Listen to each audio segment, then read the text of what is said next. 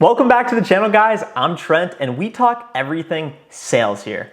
I went to The Ohio University, and if you didn't come from the great state of Ohio, you most likely think, oh, the Buckeyes, Ohio State. And I have to quickly correct people and say, no, trust me, Ohio University is a different place. And when I went to college, I was like most other students. I went to class, I partied on the weekends, I got involved in some student organizations, and I was just going down an average path. Until one day I woke up and said, okay, I need to seek out more knowledge, start learning from books, and study people way more successful than me. Due to that, I had this inclination to say, going into my senior year, my goal is to get a job in tech sales, software sales, outside of the great state of Ohio. And that's what's led me to Dallas, Texas. I currently work for a fast-growing tech company. We plan on going public start of 2021 around that time frame. So it's really exciting, and the tech industry has been great. I had no idea what I was getting into, and I wish I had someone there to say, yeah, this is what you should know before getting into software sales. So that's what we're gonna talk about here today, guys, the 5 things you need to know before getting into software sales. Make sure to stay with me to the end of the video, guys, because I'm gonna share my salary that I signed on my first contract to join this company. Speaking of salary and money, you probably like discounts, so make sure to hit that like button on the video because it's completely for free, and subscribe as well to the channel because it really helps, guys. Let's get started. Point number 1 should get you guys excited, especially if you like money, and I'm not gonna sit here and say it's not hard work, but understand that software sales is one of the few industries where you will not need to completely sell your soul to make a lot of money. So for example, let's think of some of the other high-paying jobs, investment banking, consulting. Expect to work 70 to 80 to sometimes 90 hours a week in these professions just to get yourself established and get yourself started. Whereas in software sales, you still have to grind, you still have to work hard, but when you reach the holy grail of positions, the enterprise software sales role where you're selling to large, very large companies, I've seen some of these guys, I work with these guys, they make hundreds of thousands of dollars a year, and some of them can work 30 to 50 hours a week. Let's say you hit your annual yearly quota in 9 months. You still have 3 months to then start preparing for the next year, maybe take that vacation, or just kick it back with your family and enjoy life. Point number 2, guys, make sure to listen to this one. It might be the most important, and it's understand that tech is one of the most future-proof spaces there are. Everyone talks about automation and losing jobs, but if you haven't noticed, the world and companies are going through a digital transformation, and by joining a tech company and selling software, you have the chance to be at the forefront of that trend, innovation, and the skills you will learn will be critical and never go away. They will always be in demand, and if you can sell and improve a company's revenue, you can go get a job anywhere. And there's absolutely no chance, I don't want to say no chance, but there's no foreseeable future in which someone creates an automation or a robot that can sell software, maybe emailing, but from a communication standpoint, it's never going away.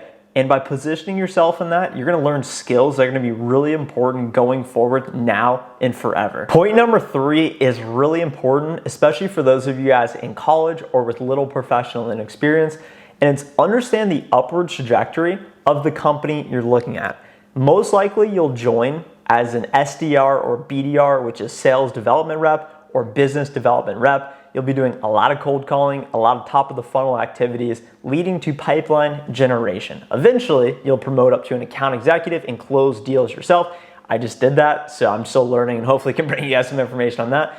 But ultimately, the holy grail, unless you're pursuing a leadership path, is to be an enterprise seller. Essentially, you're selling to the biggest and best companies out there, the companies with the most revenue, AKA the most budget, the most money to spend, which means you can sell the biggest 6- and 7-figure deals, which leads to the ability for you to make a lot of money. But it's important to understand, what does that path look like? Is it gonna take you 5 years from the time you start, 8 years, 10 years, 12 years? Understand that upward trajectory and how you can position yourself at a company that you can move up, get the appropriate experiences so that you can get to that role where you're selling to the big companies and you know what all the cold calls are gonna eventually lead to. You wanna have that end in sight so that you can continue to motivate yourself and have that end goal in mind. Point number 4, and this is something I had no idea leaving college, so it's important that you guys are listening to this right now, and it's understand the maturity of the company you're joining. What do I mean by that? A lot of people talk about startups. I'm gonna join the next Uber and make all this money when we go public, blah, blah, blah. You can join a startup, you can join a company just in hypergrowth phase, you can join a really established company like an SAP or an IBM.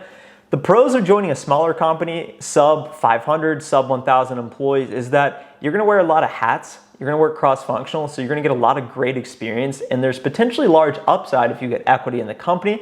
The downsides of this are that there's lack of stability, your company could die, and potentially you also will not have a lot of marketing support, so you're really gonna have to be a go-getter.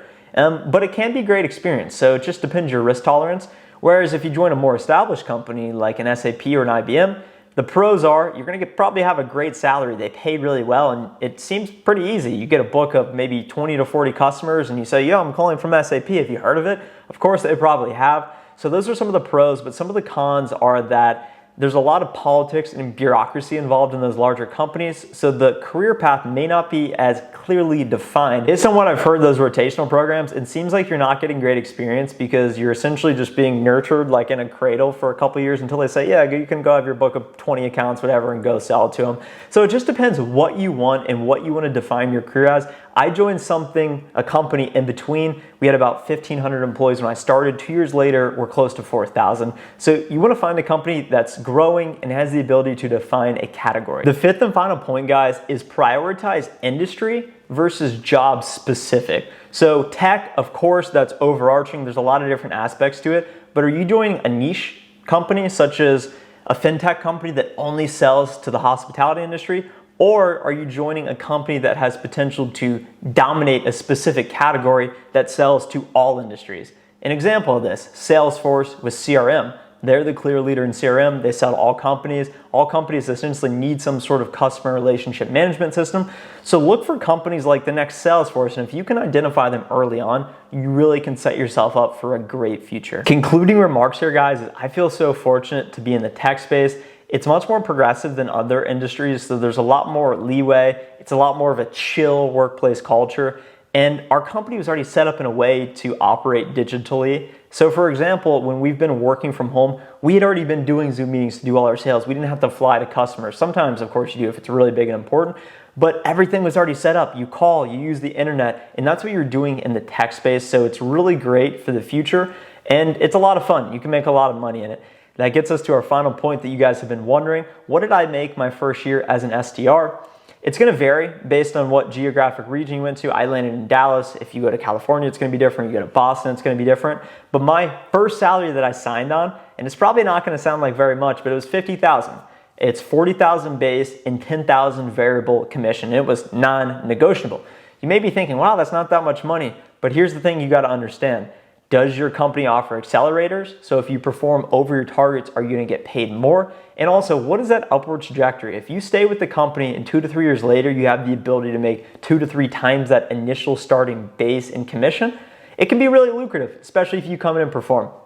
Let me know what you guys think in the comments below. A lot of you may have questions about what it's like, how do I get in it?